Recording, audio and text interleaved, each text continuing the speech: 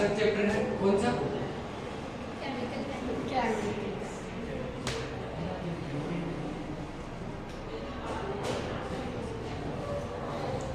आज नया चैप्टर है। चैप्टर का नाम क्या है? Chemical kinetics.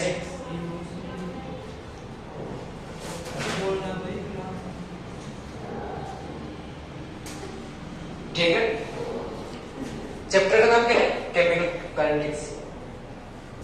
ये फिजिकल केमिस्ट्री का सबसे आसान चैप्टर है, क्योंकि इसका जो बेसिक है, इसका जो बैकग्राउंड है, आपको कहीं पर दिखाई नहीं देगा।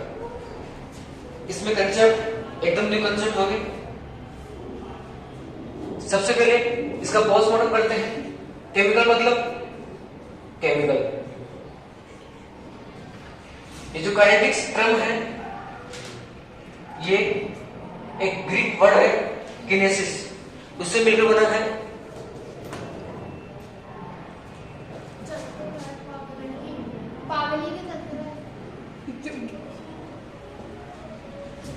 किससे मिलकर बना है? सामने तो काइनेसिस से मिलकर बना है। और काइनेसिस का मतलब क्या होता है? मूवमेंट या फिर मोशन। हिंदी में इस चैप्टर का नाम है रासायनिक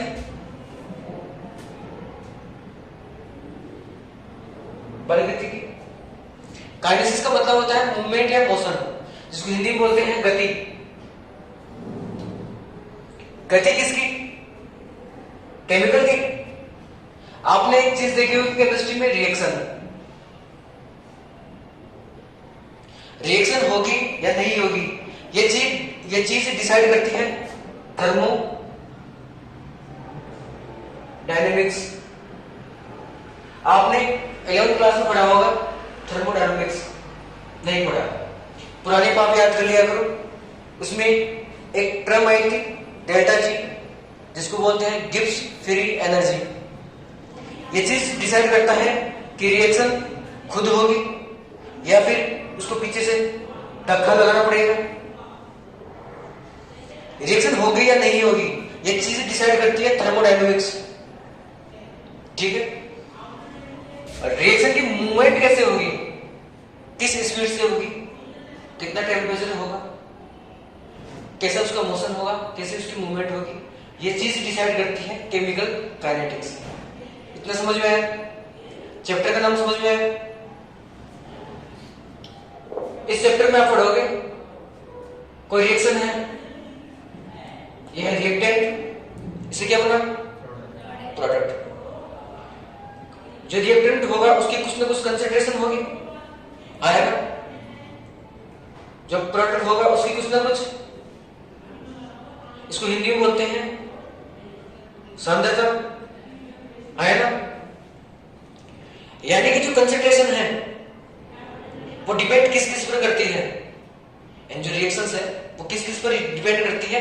एक तो कंसेंट्रेशन पर, जैसे मान लो रिएक्टेंट की कंसेंट्रेशन ज्यादा हो तो प्रोडक्ट की ज्यादा होगी, इसकी कम है तो इसकी भी कम होगी।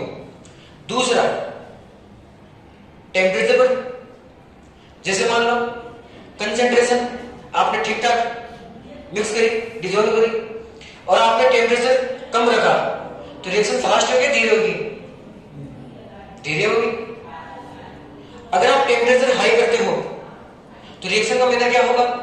रिएक्शन फास्ट होगी। ये तो सभी को पता है। अब आता है टाइप्स ऑफ रिएक्शन। किसके बेस पर? कंसेंट्रेशन। यहां तक कोई दिक्कत? यानी केमिकल काइनेटिक्स वह ब्रांच है केमिस्ट्री की जिसमें आप जो कोई प्रोडक्ट है, रिएक्टेंट से प्रोडक्ट बना है, उसकी जो बीच की प्रोसेस है, जो किस किस से अफेक्ट होती है, कंसेंट्रेशन से, टेम्परेचर से, और इवन आप इसमें कैटलिस्ट मिला दो, या फिर बायोलॉजी में भी है, आपने पढ़ा होगा कि कोई रिएक्शंस है उसमें आप कैटलिस्ट मिलाते हो तो रिएक्शन पर क्या इफेक्ट पड़ता है, उसकी एक्टिवेशन एनर्जी कम होती है, ज्यादा होती है, वो बात की बात है, इफेक्ट पड़ता है। वो किस में स्टडी करते हैं हम? इसमें केमिकल काइनेटिक्स में। अब बात करते हैं किसकी, टाइप ऑफ रिएक्शन। किसके बेसिस पर,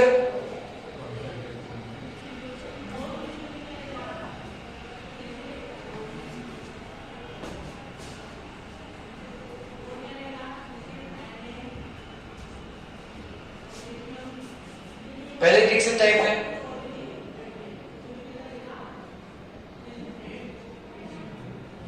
वेरी फास्ट रिएक्शन, सेकंड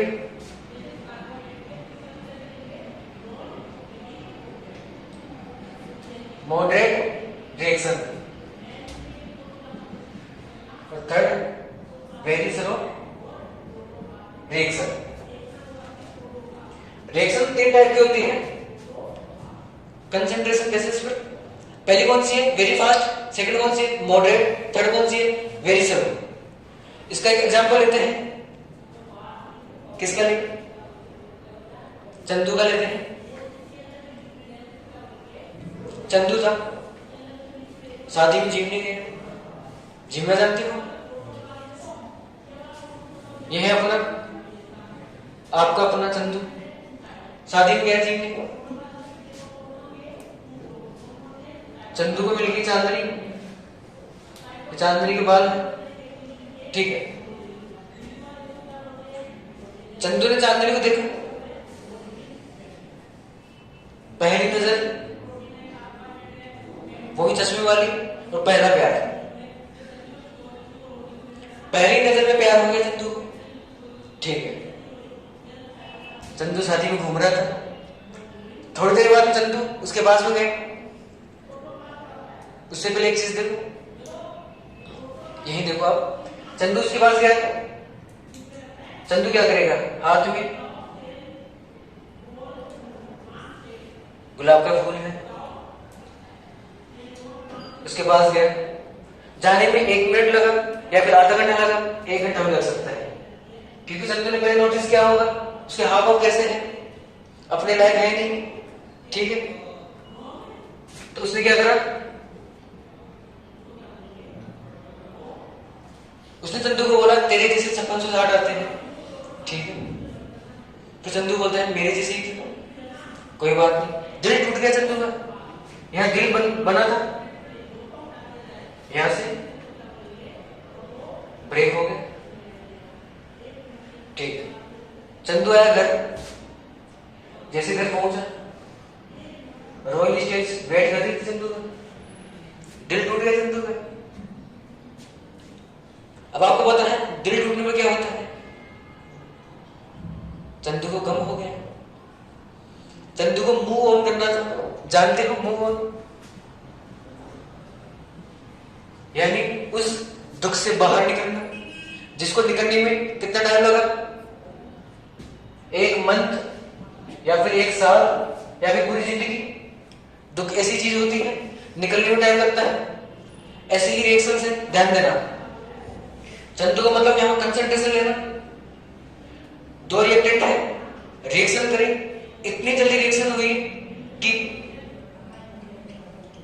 मिली सेकेंड में या फिर सेकंड्स में प्रोडक्ट बन गया, यानी हाथों हाथ एक ही नजर में प्यार हो गया। अगर आपको रेट ऑफ रिएक्शन निकालनी है तो आप वेरी फास्ट रिएक्शंस होती हैं उसको आप कंसीडर नहीं कर सकते। क्यों?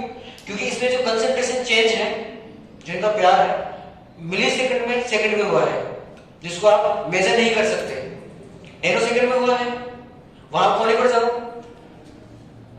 Very slow reaction. जैसे मान लो इसका एग्जांपल दे, बेरियम क्लोराइड है आपके पास और H2SO4 है, दोनों का रिएक्शन आप करवाओगे, क्या बनेगा? इसकी पीपीटी बनेगी, इतनी फास्ट बनेगी कि आपको पता ही नहीं लगेगा। यहां पर देखो वेरी स्लो रिएक्शन, अब चंदू को मूव ऑन करना है, यानी कि जो वेरी फास्ट रिएक्शन होती है आप उससे जो रेट ऑफ रिएक्शन है वो डिटरमाइन नहीं कर सकते। समझ में? वेरी स्लो में जाओ, आप देखोगे वहां पर उसको मूव ऑन करने में 1 मंथ, 1 साल या पूरी जिंदगी लग गई, है ना? यानी कि ऐसे रिएक्शंस जिनको कंप्लीट होने में 1 महीना लग जाए, 1 साल लग जाए या पूरी जिंदगी लग जाए, तो इनको आप रेट ऑफ रिएक्शन डिटरमाइन करने के लिए काम में ले सकते हो? नहीं ले सकते, क्योंकि इसमें कंसंट्रेशन चेंज इतने धीरे हो रहा है कि आपको पता ही नहीं लगेगा कि कंसंट्रेशन में चेंज कैसे हुआ है। एग्जांपल देखो, डायमंड जानते हो?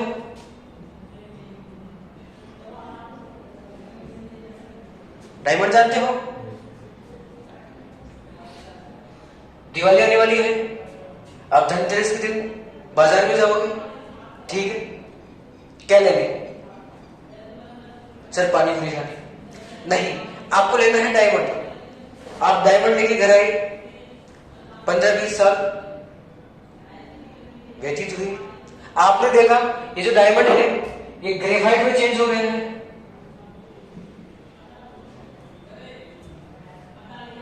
यानी कि conversion of diamond into graphite, यानी कि डायमंड भी ग्रेफाइट में चेंज हो सकता है धीरे धीरे, और लोगों को लगता है डायमंड हमेशा डायमंड ही रहता है, क्यों ना रख लो, कभी ऐसा काम मत करना। इसमें देखो, लोहा जानते हो?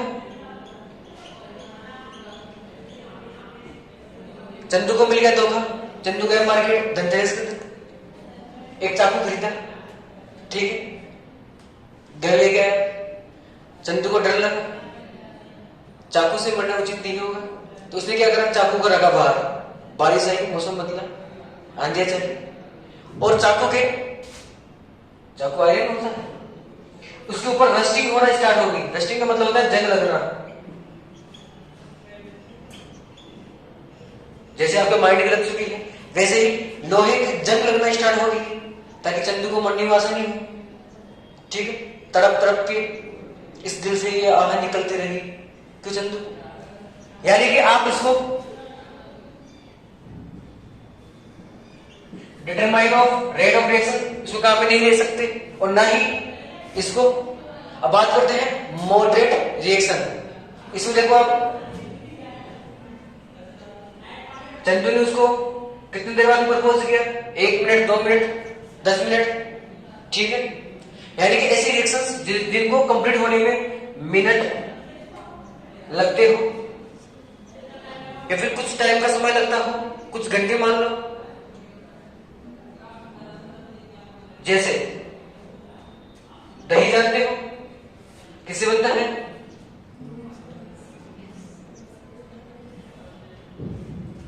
आप घर पे गए, मम्मा को बोले मम्मा मुझे दही चाहिए, मम्मा बोलेगी नहीं आज तो सिर्फ दूध मिलेगा। आपने केमिस्ट्री में से पढ़ी थी और बायोलॉजी आर के सर से, आपको पता था कि दूध में लैक्टोबैसिलस बैक्टीरिया डाल दो तो वो किस में चेंज हो जाएगा? दही में, है ना? ये जो चेंज है इसको होने में पूरे बरस नहीं लगे, ऐसा नहीं है। आज आपने मिल्क में लैक्टोबैसिलस बैक्टीरिया डाला और 3-4 साल के बाद दही बनकर तैयार हुआ, ठीक है। ये जो प्रोसेस है कुछ मिनट में हो सकता है, कुछ घंटों में हो सकता है, इसको आप अपने आंखों से देख सकते हो। दूसरी बात, एक केमिकल रिएक्शन है, ये क्या है? एल्कोहल। रिएक्शन किससे करवाओगे? प्रेजेंस किसकी? चैप्टर नंबर 10 में कर रहे थे। रिएक्शन का नाम है ग्रू रिएक्शन। क्या बनेगा? कुछ समय लगा इसको होने में। इसके अलावा आप उसे जानते हो, शुगर, कौन कौन जानता है? फॉर्मूला गलत।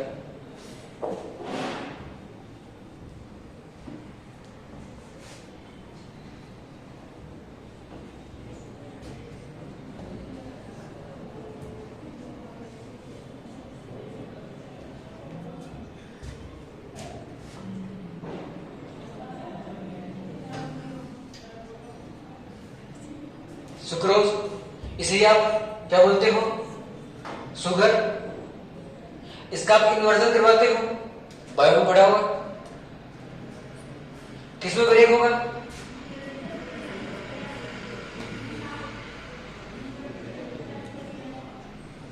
ये क्या है? ग्लूकोज और ये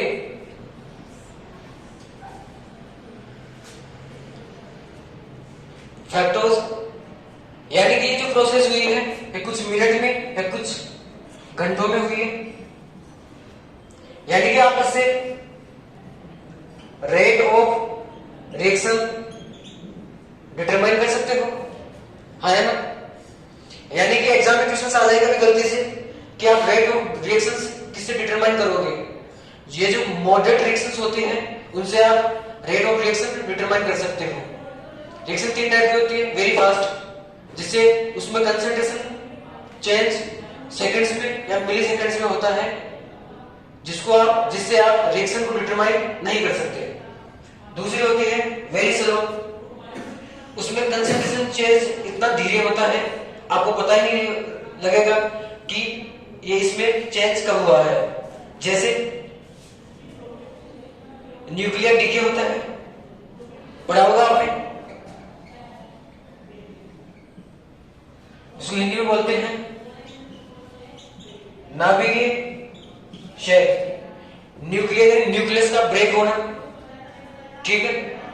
दूसरा इसमें आयरन रस्टिंग होता है, लोहे पर जंग लगती है, काफी समय लगता है। फिर आती है मॉडरेट रिएक्शन, इसमें जो कंसंट्रेशन चेंज होता है वो कुछ मिनट में या कुछ घंटों में होता है, जिससे आप रेट ऑफ रिएक्शन डिटरमाइन कर सकते हो, है ना? ठीक है, आगे देखो।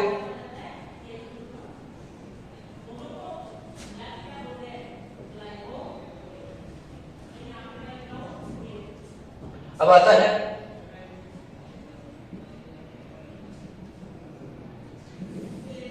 रेट ऑफ रिएक्शन,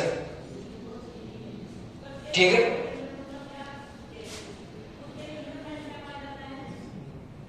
एक रिएक्शन हम अज्यूम करते हैं, ये क्या है? रिएक्टेंट और ये क्या है?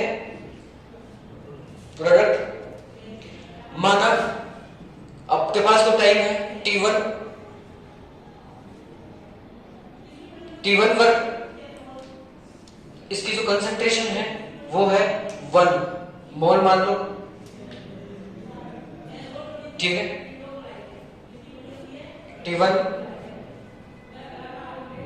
T1 मान लो, T बराबर, और यहाँ T बराबर T2।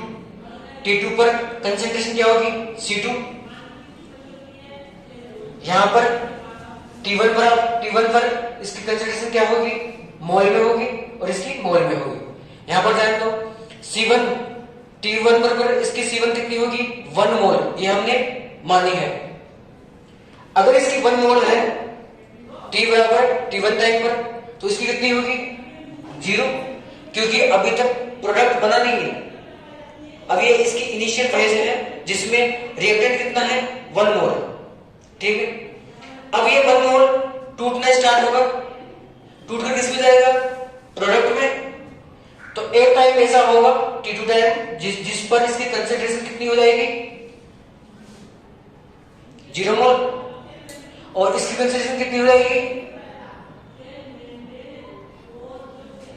यानी कि रिएक्टेंट की कंसंट्रेशन डिक्रीज हो रही है और प्रोडक्ट की कंसंट्रेशन इंक्रीज हो रही है।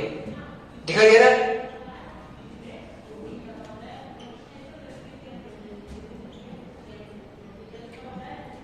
है ना?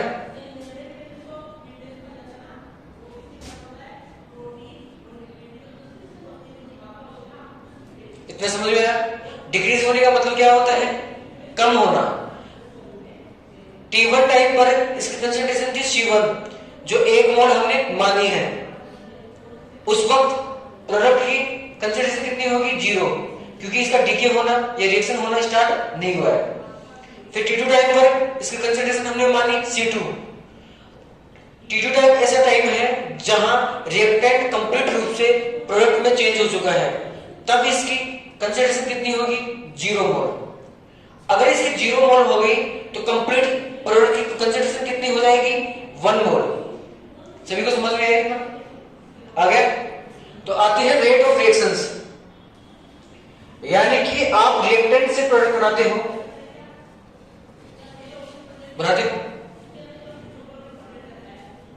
इसमें जो चेंज होता है, इसमें जो चेंज हुआ है कंसंट्रेशन में चेंज हुआ है और किस में चेंज हुआ है, टाइम में। यहां कंसंट्रेशन 1 मोल से 0 मोल हो गई, टाइम T1 से T2 हो गया। यहां कंसंट्रेशन 0 से 1 मोल हो गई। डिक्रीज होना या इंक्रीज होना ये डिपेंड करता है रिएक्शंस पर। तो रिएक्टेंट से क्या बनता है, प्रोडक्ट।